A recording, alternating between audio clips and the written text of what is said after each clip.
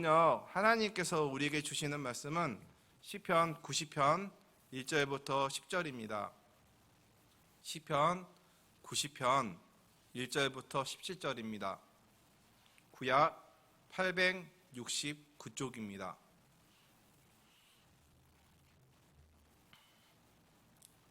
시편 90편 1절부터 17절까지 말씀을 함께 읽도록 하겠습니다.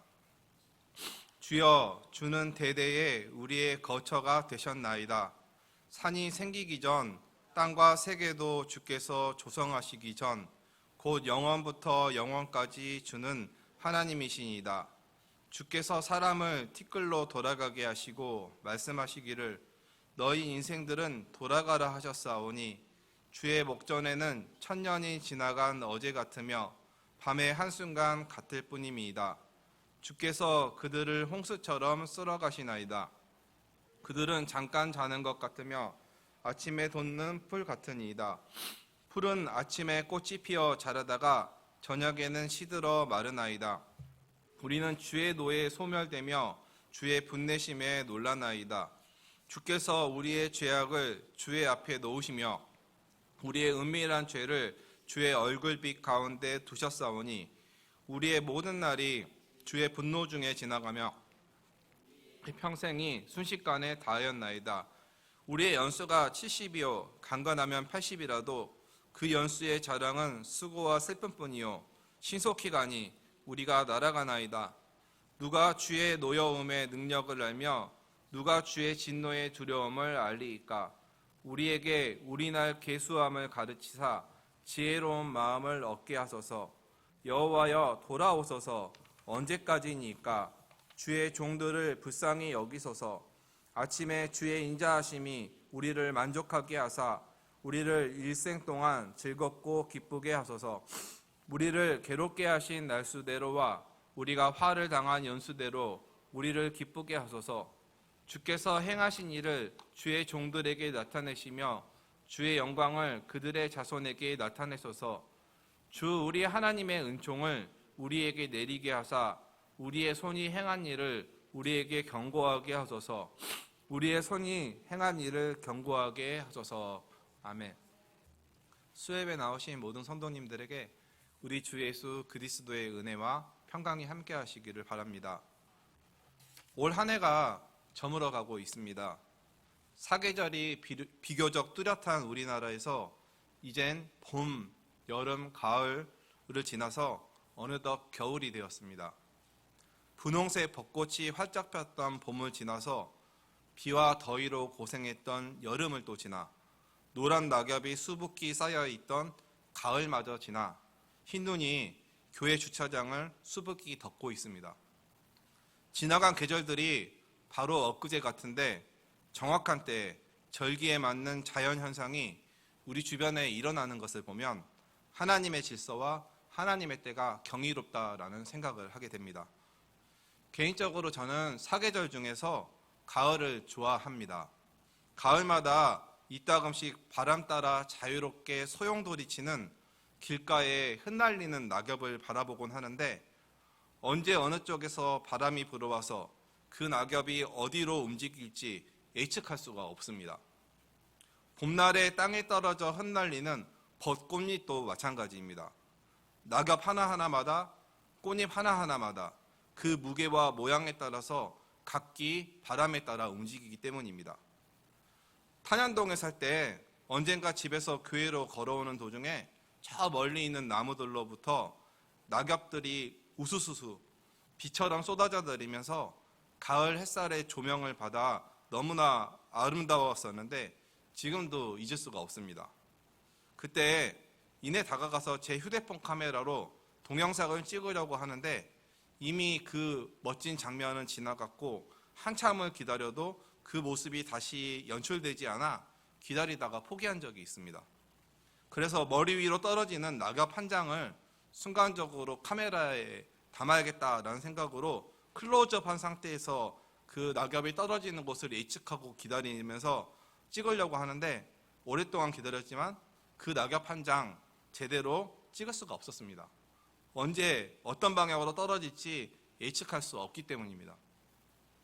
저는 이런 경험과 관찰을 통해서 인생을 생각합니다. 바람이 어디서 와서 어디로 가는 것을 모르듯 성령으로 난 사람도 그렇다라고 예수님께서 말씀하셨듯이 거듭난 사람으로서 어느 순간 어디로부터 임하실지 모르는 성령 하나님의 임재를 날마다 경험하는 사람이 되고 싶다라는 그런 마음 하나가 생겼고, 또 다른 하나는 낙엽 한 장 꽃잎 하나 떨어짐을 예측할 수 없지만 결국에는 모두 다 떨어지듯이 언제 돌아갈지 모르는 인생에서 겸손하게 하나님만 의지하고 살아야겠다라는 결단을 하게 됩니다. 오늘 우리가 읽은 시편 90편은 시편 총 150편의 시들 중에서 가장 오래된 시입니다. 그리고 모세가 쓴 유일한 시입니다. 찬양입니다. 이스라엘 백성이 불신앙으로 인하여 약속의 땅에 들어가지 못하고 광야에서 방황하던 무렵에 공고와 징계를 많이 경험하고 그 아픈 상처를 딛고 일어서서 하나님의 영원성과 초자연성을 고백하며 하나님의 은총을 간구하는 그런 시입니다. 1절 말씀은 우리 함께 한번 읽어보겠습니다. 1절 읽어보겠습니다. 주여, 주는 대대에 우리의 거처가 되셨나이다. 먼저 모세는 1절에서 주여, 주는 대대에 우리의 거처가 되셨나이다 라고 고백합니다. 사랑하는 여러분, 거처가 있느냐 없느냐가 인생에서 얼마나 중요한지 아십니까? 제가 아주 오래전에 몇 번 말씀드린 적이 있지만 거리의 천사라는 홈리스 선교단체를 섬긴 적이 있는데, 자원봉사를 했는데 거기서 주관하는 노숙자 모임을 수년간 한 적이 있습니다. 한 달에 2번 정도 월요일 날 연동교회나 아니면은 마포교회나 여러 교회를 옮겨 다니면서 거기서 자활 의지가 있는 홈리스 분들을 거리에서 10명 정도 직접 초대해서 특정 장소에 모여서 자기소개도 하고 같이 식사도 하고 무릎을 맞대고 기도도 하고 자활 상담도 하는 그런 모임인데, 월요 모임인데, 여러 프로그램 중에 노숙자 아저씨, 홈리스 아저씨들이 강단에 나와서 그 주마다 한 가지 주제로 이야기하는 시간이 있었습니다. 왜냐하면 홈리스 아저씨들은, 아주머니들은 그렇게 말을 많이 할 수 있는 기회가 없기 때문에 자기 표현하는 시간들을 갖는 것입니다. 수년 전 어느 날 그때 주제가 뭐였냐면 가장 다시 가보고 싶은 곳에 대해서 서로 나와서 이야기를 하는데, 몇 자원봉사자들은 눈치도 없이 어떤 나라를 갔었는데 좋았다, 해외여행에 대해서 이야기를 했습니다. 그런데 그때 말을 더듬어서 말수가 거의 없는 홈리스 아저씨 한 분이 자기 차례가 되어서 단에 나와서 이야기를 하시는데 한마디도 하지 않는 것입니다. 한마디도 말씀 안 하시더니 그러기를 한참 후에 갑자기 울컥 하면서 짧게 딱 한마디를 던졌습니다. 그 순간 모든 사람들이 침묵 속에서 엄숙해졌습니다. 그분이 던진 한마디는 쏟아지는 눈물과 함께 집이요 라는 단어였습니다. 사랑하는 여러분, 우리 사람에게 안식할 수 있는 거처, 피할 수 있는 피난처, 등붙이고 따뜻하게 지질 수 있는 바닥이 있다는 것은 얼마나 감사한 일인지 모릅니다. 반면에 그런 피난처가 없다는 것은 무척이나 슬프고 고통스러운 일입니다. 함께 몇 시간을 모임한 후에 헤어질 때 저는 따뜻한 집으로 향하여 가고, 홈리스 아저씨들은 추운 겨울 차가운 길바닥을 향해 갈 때 얼마나 마음이 묘하고 쓰라리고 아픈지 모릅니다. 예수님도 베들레헴 마구간에 빈방이 없어서 태어나셨고, 여우도 굴이 있고 공중의 새도 거처가 있는데 인자는 머리 둘 곳 없다라고 말씀하시며 집 없이 예수님도 살아가셨습니다. 머리 둘 곳 없는 인생은 정말 고독하고 고달픈 그런 인생입니다. 그런데 오늘 1절 말씀을 보니까 주여, 주는 대대에 우리의 거처가 되셨나이다 라고 모세가 고백하고 있습니다. 여기서 거처는 히브리어로 마온이라는 단어를 사용하는데, 동물들이 서식처로 삼는 동굴과 같은 곳이나 또는 사람의 가정, 위기를 만났을 때 피하는 피난처 등을 의미하는 단어입니다. 즉 모세는 사람이 거처에서 안식과 쉼을 얻을 수 있듯이 이스라엘을 선택하시고 그들에게 언약을 주신 하나님께서 영원한 거처가 되시기 때문에 인생의 위기를 만날 때, 인생의 수고를 다할 때 우리의 거처 되시는 하나님께로 우리가 피할 수 있고 우리가 하나님 안에서 안식과 쉼을 얻을 수 있음을 고백하고 있는 것입니다. 그러니 이 얼마나 감사한 일입니까? 1절 말씀을 더 유심히 봐야 할 것은 하나님께서 우리의 거처가 되시는데 대대, 즉 영원히 우리의 거처가 되신다라고 말씀하고 있습니다. 잠깐이 아니라 영원히 우리의 거처가 되신다라는 겁니다. 다시 말해서 머무는 공간이 각각 다른 지금 현재의 저와 여러분뿐만 아니라 지나온 모든 세대의 사람들과 앞으로도 다가올 미래의 세대의 모든 사람들에게 하나님께서 거처가 되어 주셨기에 하나님의 백성들이 하나님을 피난처로 삼아 각자의 삶을 영위하며 안전을 보장받을 수 있다라는 것입니다. 따라서 오늘 시편 90편을 지은 모세의 세대뿐만 아니라 대대라는 시간 안에 포함되는 지금 현재에 있는 저와 여러분, 우리의 거처 되신 하나님 안에서 안식과 쉼을 동일하게 얻을 수가 있습니다. 사랑하는 여러분, 하나님께서는 영원토록 저와 여러분의 거처가 되어 주십니다. 오늘 이 시간 혹시 인생의 여러 문제로 인해 피곤하고 지쳐 계신 분들이 계신다면 우리의 거처가 되시는 하나님을 의지함으로 기도할 때 안식과 쉼을 하나님께서 우리에게 넉넉히 베푸시며 우리의 마음을 어루만져 주시기를 간절히 바랍니다. 하나님께서 영원히 거처가 되실 수 있는 이유는 하나님께서 온 세상 만물과 우리를 창조하신 창조주이시기 때문입니다. 또한 영원성과 초월성을 가지고 계시고 절대자가 되시기 때문입니다. 2절 말씀도 우리 함께 한번 읽어보겠습니다. 2절 읽어보겠습니다. 산이 생기기 전 땅과 세계도 주께서 조성하시기 전 곧 영원부터 영원까지 주는 하나님이시다. 사랑하는 여러분, 산이라는 단어를 들으면 어떤 느낌이 드십니까? 산. 주님은 산 같아서라는 유명한 찬양도 있고 시편 125편 1절을 보면 여호와를 의지하는 자는 시온산이 흔들리지 아니함 같고 영원히 있음 같도다라는 말씀이 있듯이 산이란 견고한 이미지입니다. 견고한. 산과 땅은 히브리인들에게 영원하고 견고한 것으로 여겨집니다. 그런데 하나님께서는 견고한 이 모든 것들 그 이전에 계셨으며 이 모든 것을 지으신 하나님이십니다. 유한한 우리 사람과는 차원이 완전히 다른 영원하신 하나님이십니다.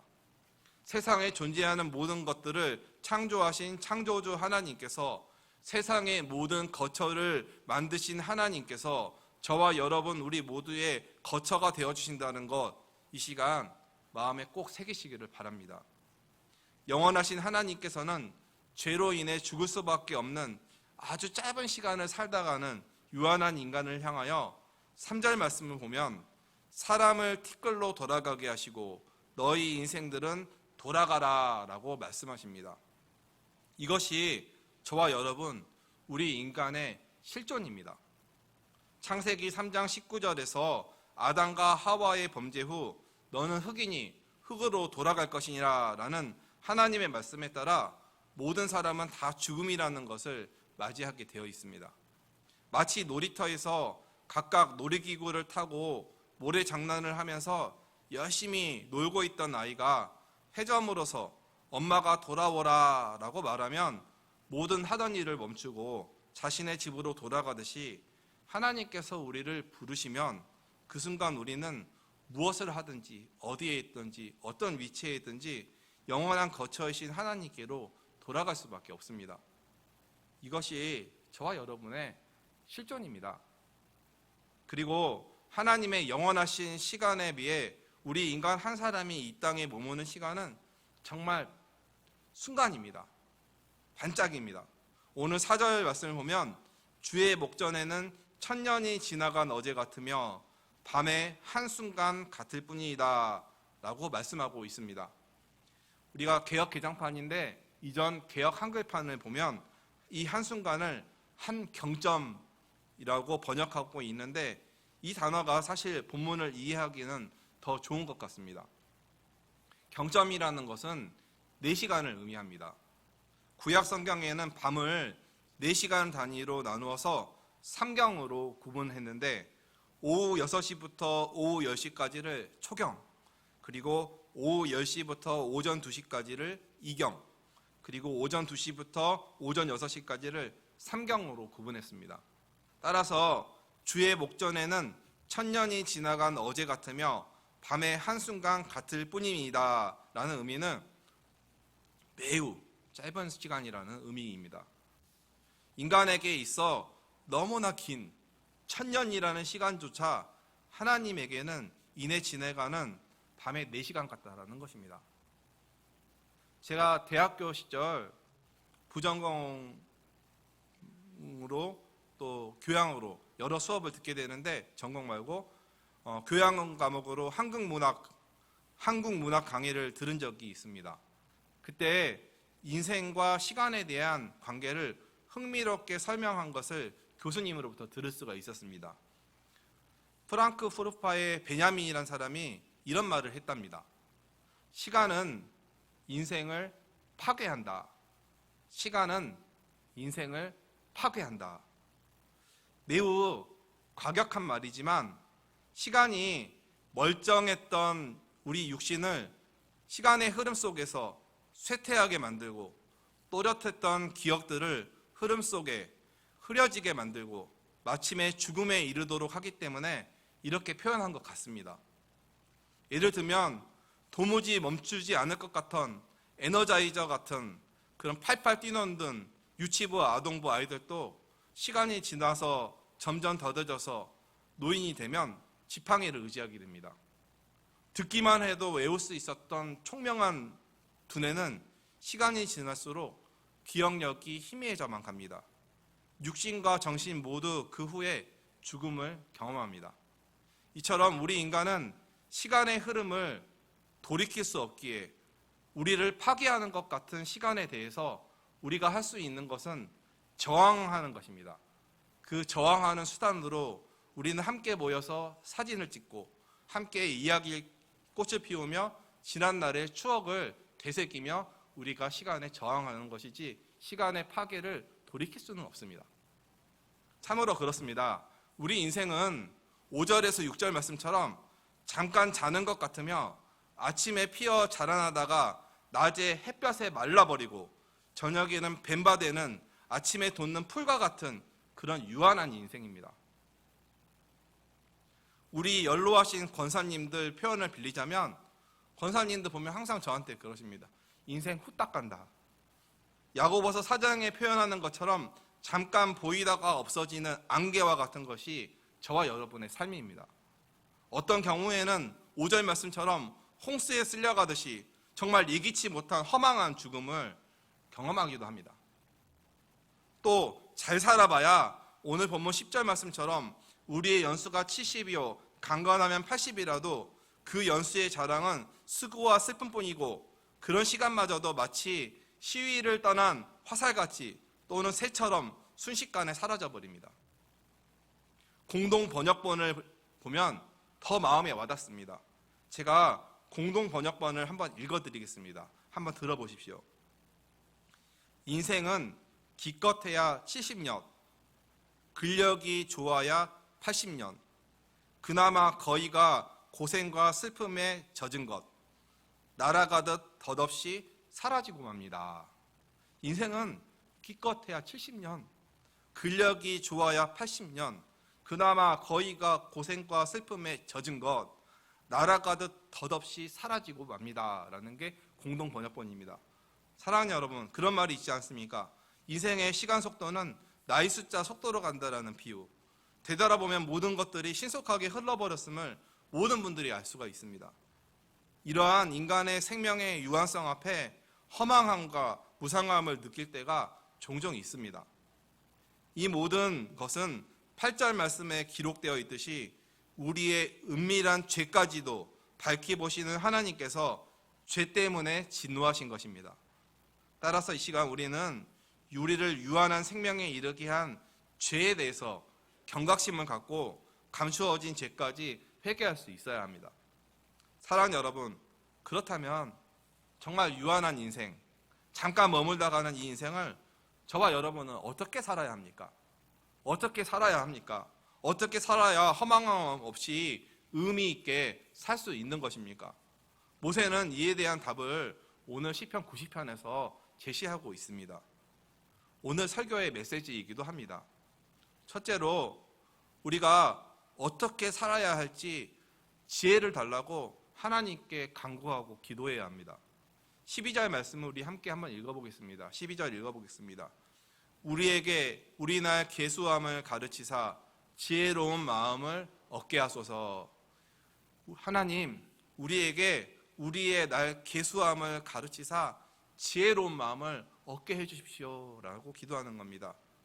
사람이 계획을 세울 때 두 가지 방법이 있다라고 합니다. 지금 현재 이 순간을 기점으로 순차적으로 계산해서 목표 달성 시기를 수정하는 순행 스케줄링이라는 것이 있고, 최종 목표, 앞으로 이를 미래를 기준으로 역산해서 지금 당장 해야 될 것들을 선택하는 역산 스케줄링이라는 게 있다고 합니다. 지금 현재를 기점으로 순차적으로 계산하면 자꾸 계획이 변경됩니다. 그래서 효과적인 계획 관리가 잘 안 된다라고 합니다. 그래서 효율적인 인생을 살려고 한다면 내가 이루고자 하는 미래를 기준점으로 역산해서 일을 계획하는 역산 스케줄링을 하는 게 낫다라고 합니다. 우리 신앙도 마찬가지인 것 같습니다. 우리 인생의 가장 확실한 미래의 기준점이 무엇입니까? 확실하게 있는 미래의 기준점이 무엇입니까? 그것은 바로 죽음입니다. 죽음. 20세기 대표 사상가인 하이데거는 존재와 시간이라는 그 책에서 죽음이란 현 존재의 가장 고유하고 극단적이며 다른 가능성들이 뛰어넘을 수 없는 가장 확실한 가능성이다라고 말했습니다. 여기서 현 존재란 세계에 존재하는 모든 것들과 구별되는 인간을 뜻하는데, 쉽게 말하면 우리 인간이 존재하면서부터 떠안을 수밖에 없는 존재 방식이라는 것입니다.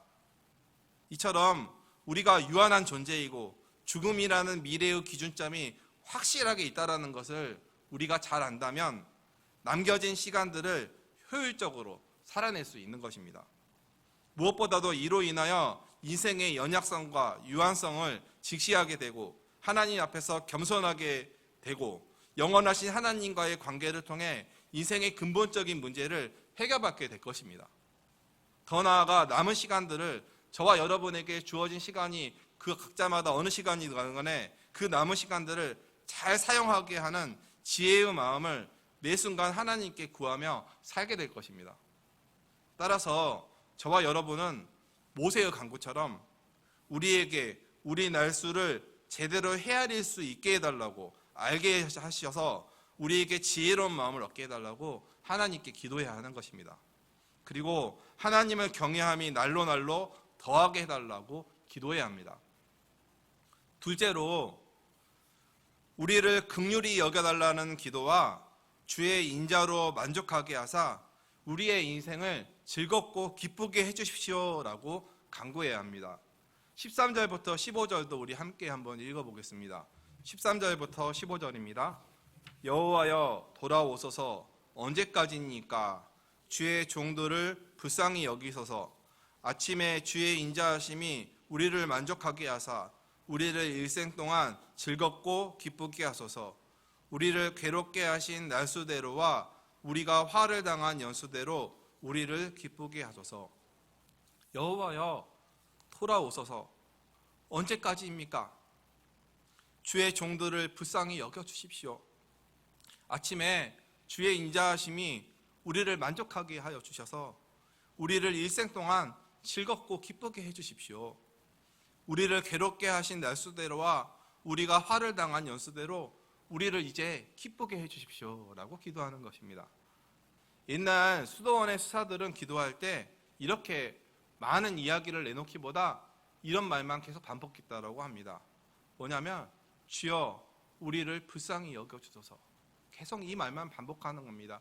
큐리에 엘레이손, 큐리에 엘레이손, 큐리에 엘레이손. 저도 가끔씩 기도하러 때 뭐를 기도해야 할지 모를 때 그냥 이 말만 반복합니다. 왜냐하면 저란 존재가 하나님의 긍휼을 입어야 되는 존재이기 때문에 하나님의 긍휼을 구하다 보면 하나님께서 내 마음을 아시지 않을까라는 생각이 듭니다. 죄 가운데 헤매며 죽어 마땅한 우리 인생을 살아갈 때 하나님께 날마다 우리가 올려드려야 할 기도는 바로 우리를 긍휼히 여겨달라라는 기도입니다. 또한 죄로 인하여 진노하시기도 하지만 불변하는 언약에서 불변하는 사랑으로 한없이 자비와 용서와 사랑을 베푸시는 그 하나님의 인자하심으로 인한 구원과 회복의 기쁨이 내 인생에 늘 넘치게 해달라고 기도해야 할 것입니다. 우리가 사는 날 동안 어두운 밤처럼 절망적이고 고통스러운 날들도 분명히 있겠지만 하나님의 자비로 인한 기쁨이 넘치는 아침과 같은 즐거운 날 또한 있을 것이기에 우리는 늘 불변하는 하나님의 인자하심을 의지하며 평생 동안 만족과 기쁨이 넘치게 해달라고 하나님께 기도해야 하는 것입니다. 오늘 여러 가지 삶의 문제로 인해 절망과 아픔 혹은 인생의 다양한 일로 인해서 괴롭고 힘든 일이 가득한 분이 혹시 여기 계십니까? 그렇다면 모세처럼 하나님께서 인자하심으로 나를 만족하게 하여 주시고 일생 동안 즐겁고 기쁘게 해달라고 하나님께 기도하시기 바랍니다. 이러한 간구를 통해 괴로움도 주시지만 또한 만족과 즐거움을 넘치게 하시는 기쁨을 베푸시는 하나님을 경험하는 그 은혜가 저와 여러분에게 있기를 바랍니다. 마지막으로 하나님의 행하심과 하나님의 은총을 바라며 우리를 견고하게 해달라고 기도해야 합니다. 16절, 17절을 우리 함께 읽어보겠습니다. 16절, 17절입니다. 주께서 행하신 일을 주의 종들에게 나타내시며 주의 영광을 그들의 자손에게 나타내소서. 주 우리 하나님의 은총을 우리에게 내리게 하사 우리의 손이 행한 일을 우리에게 견고하게 하소서. 우리의 손이 행한 일을 견고하게 하소서. 오늘 시편 말씀을 쓴 모세는 그 누구보다도 하나님의 능력을 직접적으로 체험한 사람입니다. 구름 기둥, 불 기둥으로 인도하시고 그 넓고 깊은 홍해를 가르시는 등 하나님의 권능을 경험하고 하나님의 영광의 나타나심을 가장 가까이서 직접적으로 체험했던 사람입니다. 가나안 땅으로 들어가야 할 목적이 분명하기에 하나님께서 함께 하시는 은총을 다시 강구하는 것입니다. 사랑하는 여러분, 허망한 듯한 인생이 의미가 있어지려면 하나님 안에서 하나님이 주신 목표를 향해 하나님의 능력을 붙들며 하나님께서 우리의 손의 행사를 견고하게 해달라고 기도하며 나아가는 그런 삶입니다. 사랑하는 여러분, 여기 있는 우리는 전적으로 하나님의 은총으로 사는 것입니다.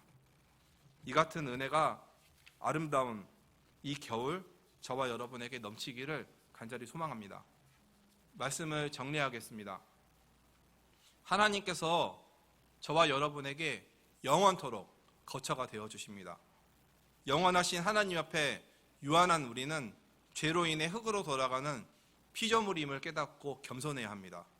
그리고 수고와 슬픔 많고 날아가는 듯 광암처럼 빨리 흐르는 삶에서 우리는 지혜롭게 살아가는 마음을 달라고 하나님께 기도해야 합니다. 또한 주의 긍휼을 바라며 주의 인자로 만족하고 기뻐하는 삶을 살아야 합니다. 그리하여 하나님의 권능과 긍휼히 여기심과 은총을 평생 동안 경험하는 참 복이 저와 여러분에게 충만하기를 간절히 소망합니다. 기도하시겠습니다. 사랑과 은혜가 풍성하신 하나님 감사합니다. 우리에게 영원토록 거처가 되어주신 그 하나님의 은혜에 감사와 찬양과 경배드립니다. 잠시 반짝하다가 사라지는 유한한 존재인데 하나님께서 저희를 귀히 여겨주시고 또 수고와 슬픔 많은 이 인생에서 하나님의 인자하심과 긍휼하심과 자비함을 베풀어 주셔서 우리로 하나님 안에서 의미 있는 삶을 살게 하시고 견고한 삶을 살 수 있도록 베풀어 주시는 은혜 또한 감사드립니다. 늘 하나님의 긍휼을 바라며 겸손히 엎드려 하나님과의 관계에서 늘 바로 서 있고 하나님께서 기뻐하시는 일들을 하며 살아가는 모든 순간마다 우리를 견고하게 하시고 지혜롭게 하시고 영원토록 하시는 피난처 되시는 하나님만을 붙드는 하나님의 능력을 붙들고 살아가는 인생들 되게 하여 주시옵소서. 예수님의 이름으로 기도드립니다. 아멘.